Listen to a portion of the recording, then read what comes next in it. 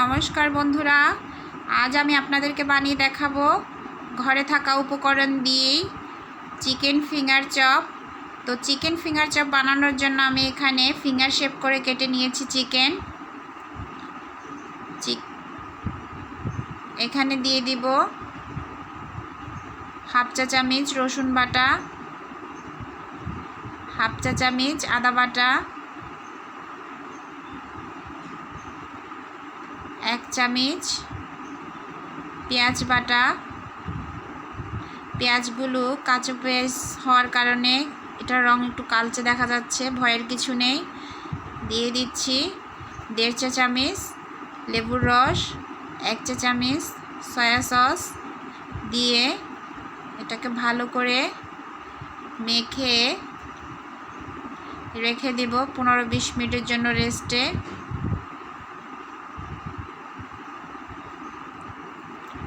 তো 15-20 মিনিট পর আবার ফিরে আসব।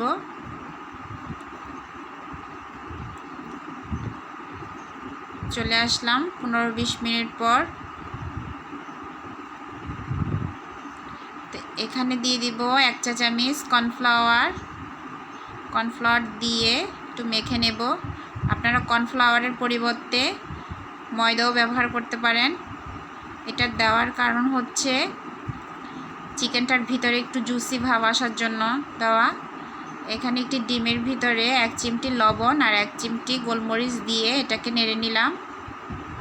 নেড়ে এক সাইডে রেখে দিলাম। দিয়ে দিব হাফ চা চামচ লবণটা একটু সাবধান মতো দিতে হবে। এর আগে আমি সয়া সস ব্যবহার করেছি, তো লবণটাকে একটু বুঝে শুনে দিতে হবে। লবণ দিয়ে একটু নেড়ে চেড়ে দিয়ে দেব চিলি ফ্লেক্স আধা চা চামচ, কাঁচা মরিচ পেস্ট দেব 1 চামচের 3 ভাগের 1 ভাগ দিয়ে এটাকে একটু নেড়ে নেব। নেড়ে নিয়ে ডিমে একটু চুবিয়ে ব্রেড ক্রামে ঘুরিয়ে ঘুরিয়ে কোট করে নেব। তো ভালো করে আস্তে আস্তে কোট করতে হবে।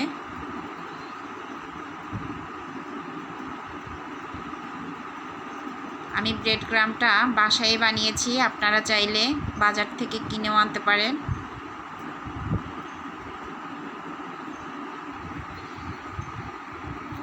এটা মুদি দোকানে পাওয়া যায়, ব্রেড ক্রাম বললেই দিয়ে দিবে। এরকম করে ঘুরে ঘুরিয়ে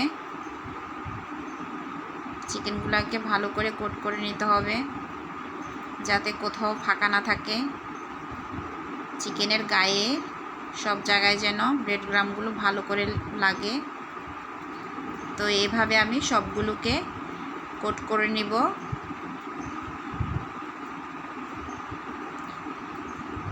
আরেক পাশে আমি একটা প্যানে তেল গরম বসিয়ে দিয়েছি গরম হওয়ার জন্য। এটা গরম হয়ে গেছে, এখন আমি চিকেনগুলোকে দিয়ে দেব।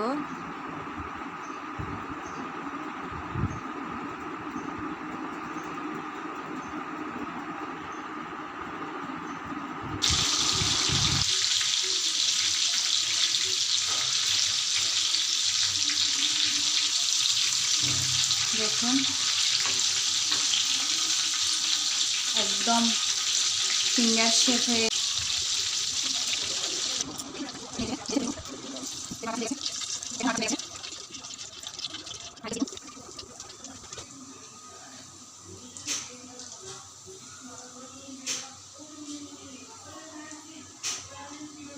চিকেনগুলোকে একটু ফাঁকা ফাঁকা করে আপনারা দিবেন। তার কারণ হচ্ছে লাগিয়ে লাগিয়ে দিলে কোটগুলো খুলে যেতে পারে। এটা একটা টিপস। আর খুব সাবধান মতো উল্টে পাল্টে দিবেন। এক পিঠ না হতে উল্টে যাবেন না, নাড়াচাড়া করলেই তখন কোটগুলো ছুটে যেতে পারে।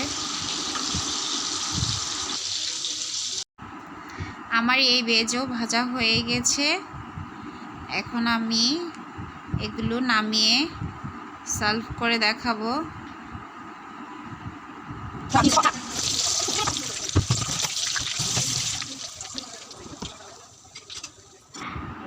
দেখুন হয়ে গেছে আমার চিকেন ফিঙ্গার চপ।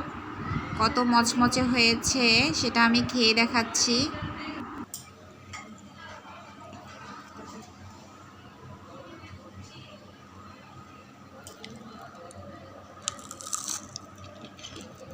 অনেক মচমচেও হয়েছে, খেতেও সুস্বাদু হয়েছে। তো বন্ধুরা, বাসায় একবার ট্রাই করে দেখবেন। আর আমার ভিডিওটি ভালো লাগলে লাইক, শেয়ার ও সাবস্ক্রাইব করে দিবেন। নমস্কার।